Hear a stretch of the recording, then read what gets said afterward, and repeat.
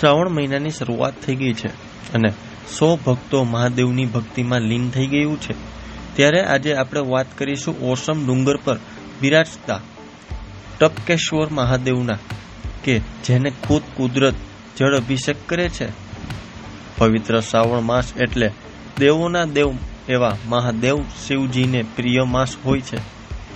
આ શ્રાવણ માસ નિમિત્તે શિવ ભક્તો ભગવાન શિવજીની પૂજા અર્ચના કરતા હોય છે। ત્યારે આવી જ રીતે રાજકોટ જિલ્લાના ધોરાજી તાલુકાના પાટણવાવ ગામ ખાતે આવેલા ઓસમ પર્વત પર આવેલું શ્રી ટપકેશ્વર મહાદેવ મંદિર કે જે મંદિરની લોકવાયકા મુજબ આ મંદિર મહાભારત કાળનું પૌરાણિક મંદિર છે। ત્યારે જુઓ અમારો ખાસ અહેવાલ। ઓસમ ડુંગર ટપકેશ્વર મહાદેવ મંદિરના પૂજારી શ્રી વિનોદભાઈ પાઠક બોલું।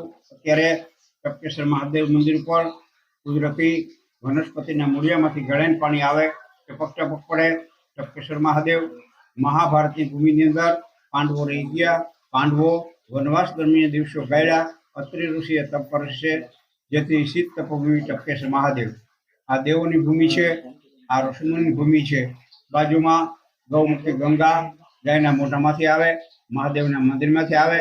સામેની સાઈડમાં ભીમની થાળી, સામેની ટોચ ઉપર ઓસમ માતૃમાતાજી બિરાજમાન છે।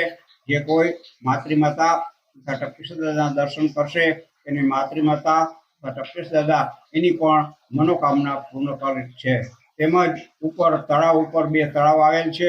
ભીમનાથ મહાદેવ આવેલ છે, ખોડિયાર મંદિર આવેલ છે, પીર બાપાની જગ્યા પણ આવેલ છે અને વણિકની પણ જગ્યા આવેલ છે ઉપરકોટમાં। જય ટપકેશ્વર મહાદેવ। પાટણવાવ ઓસમ ટપકેશ્વર મહાદેવ મંદિર છે એ આમ તો મહાભારતના ઇતિહાસ સાથે વર્ણવેલું છે અને એમ કહેવાય છે કે ભીમ જે પંચવર્ષ દરમિયાન અહીંયા આવ્યા હતા વનવાસ દરમિયાન, ત્યારે તેમને ટપકેશ્વર મહાદેવનું સ્થાપન કરી અને એમને અભિષેક કરી અને પૂજા કરી હતી। ત્યારથી એમનું મહાદેવનું સ્થાપના ત્યાં છે। શ્રદ્ધાનું કેન્દ્ર ટપકેશ્વર મહાદેવ મંદિર છે, તેમાં પહાડમાંથી જે ટપકેશ્વર મહાદેવ ઉપર પાણી ટપકે છે એ કુદરતી અને 24 કલાક અને સદાને માટે અભિષેક ચાલુ જ હોય છે, જે લોકો નિહાળવા માટે આતુરતા હોય છે। હા, મારું નામ છે નિખિલ ઉચાટ, રાજકોટથી આવી રહ્યા છે। અમે અત્યારે ટોટલ 60 જણાનું ગ્રુપ આવી રહ્યું છે અત્યારે। અને અત્યારે તમે આવો અહીંયા, તમે આનો લાહવો જુઓ। તમે જે કાશ્મીરમાં સ્વર્ગ છે કે છે બધું ભૂલી જાશો। તમે એકવાર છે ને પાટણવાવ પધારો। અત્યારે જે આ ટપકેશ્વર મહાદેવનું મંદિર છે, તમે પાટણવાવમાં આવો, તમને આ જે જગ્યા છે અદ્ભુત છે। મારી પાછળ તમે નજારો જોશો ધોધનો। તમે આપણે બધા મહારાષ્ટ્રમાં લોનાવાલા ખંડાલા જઈએ છીએ, પણ એકવાર તમે અહીંયા પધારો સાહેબ। આ જે ધોધ છે આની નીચે નાહવાની મજા છે, આનો લાવો લેવાની મજા છે ને આ જે જગ્યા છે આખી અલૌકિક છે। એકવાર જરૂર અવશ્યથી પધારો। આ તમે જે ઓસમ ડુંગર છે, ટપકેશ્વર મહાદેવ મંદિર છે, આ જે બધી જગ્યાઓ જુઓ તમે, અદ્ભુત છે। પ્લીઝ પધારો, એકવાર આવો।